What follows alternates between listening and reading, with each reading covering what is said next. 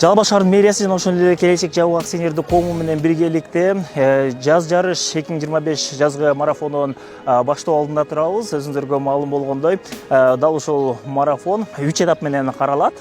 Эркектер үчүн, аялдар үчүн жана ошондой эле спорт чеберлери үчүн. Саналуу мүнөттөрдөн соң дал ушул марафонубуз дагы башталат. Баарыңыздарга бүгүнкү марафондо ийгиликтерди каалайм.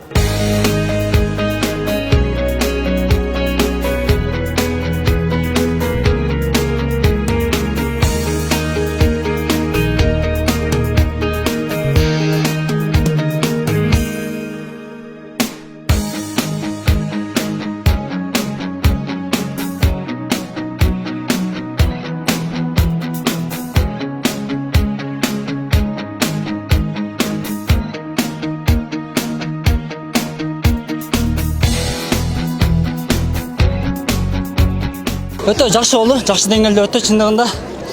Аллага шүгүр. Азыр биринчиден Жалал Абадта ушул забегти өткөргөндөр уюштуруучуларга, агайларыма чоң рахматымды айтам. Бул жакшы нарса ойлоп чыккан. Бул традиционный күпөш керек. Спонсорлорго, организаторлорго хаммасына рахмат.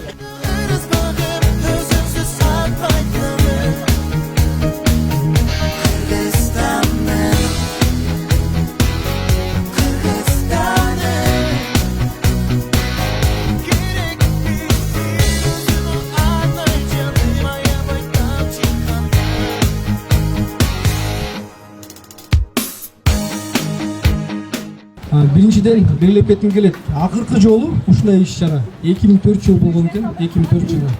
Ошондон бери мынакей дагы бир 2025 жылы ушундай жакшы иш-чара болуп өттү бүгүн. Бул дагы болсо Жалал Абад шаарынын жаңы деңгээлге көтөрүлүп, Кыргызстандагы чоң шаарлардын катарына кирип, биздин спорт тармагындагы дагы биздин шаарыбыздын тургундарына чоң колдоо болду десем жаңылышпаймын.